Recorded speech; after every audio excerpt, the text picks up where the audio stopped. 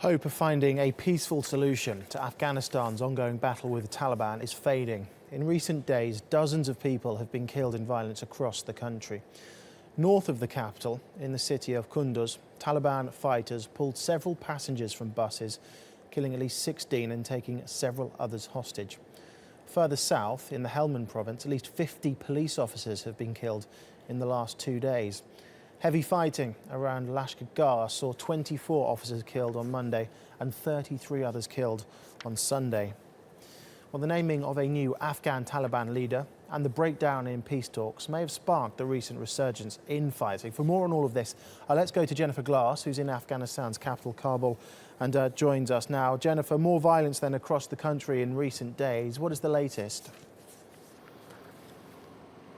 That's right, Paul. In the north overnight on Tuesday, the Taliban stopping a number of buses and minibuses traveling from Kunduz to Kabul. As you said, they took dozens of passengers off the bus, apparently sifted through them, let a lot of them go. Perhaps as many as 180 people taken off those buses. They let maybe 150 of them go. The number's still uncertain, as it happened just over 12 hours ago here in Afghanistan. But we understand that a number of those hostages have been executed, and some of them may still be in the hands of the Taliban. The backdrop to all of this is, of course, the failing peace process. Can you just tell us and contextualize for us why there's been such a spike in violence recently? Well, we actually expected the spike in violence to start about a month ago at the end of the poppy harvest season, when many of the Taliban fighters were in the poppy harvest field. That ended at the end of April. It's been quiet until recent days, but again, we had the death of the Taliban leader Mullah Akhtar Mansour by a U.S. airstrike just over 2 weeks ago, and last week a new leader being named.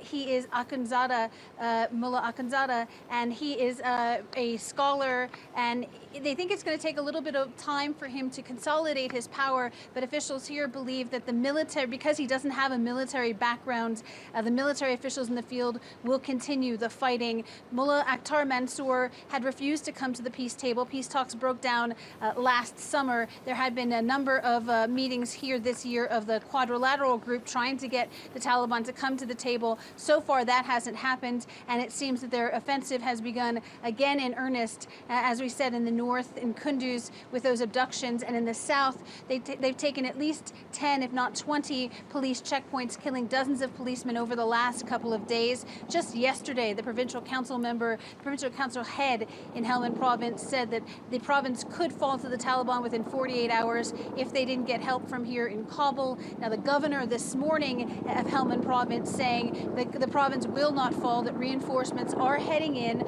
from Kandahar, and that they will launch an offensive against the Taliban. That is what many people in Helmand province have been waiting for an Afghan military offensive against the Taliban. Fighting down there has been very fierce for the past year. Okay, Jennifer, thank you very much.